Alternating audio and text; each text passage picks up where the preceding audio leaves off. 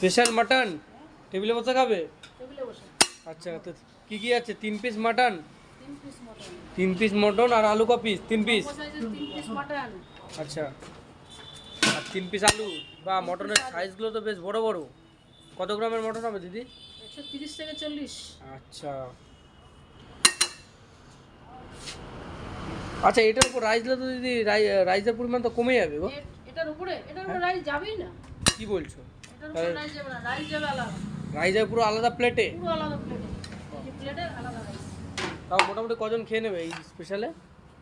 দুজন তো মিনিমাম খাবেই। আচ্ছা, আনলিমিটেড হবে দুজন খেলে? আনলিমিটেড না, আমাদের এখানে প্লেট শেয়ার করলে আনলিমিটেড রাইস পাবেন। তাহলে হাফ নিয়ে খাওয়াই বেটার নাকি? অবশ্যই অবশ্যই। মাটনের পিস চাইলে এক্সট্রা আপনি নিতে পারবেন 140 টাকা পিস। আচ্ছা, 140 টাকা পিস পার মাটন, তাই তো? 130 থেকে 40 গ্রাম। 130 থেকে 40 গ্রাম ওজনের মাটন। আপনি যদি মনে করুন দুটো এই যা কোয়ান্টিটি আছে তো দুজন খেয়েও বেশি। কেমন খায়, কেউ বসে একা নিজে খাচ্ছে, আবার কেউ দুজন মিলেও খেতে পারছে না।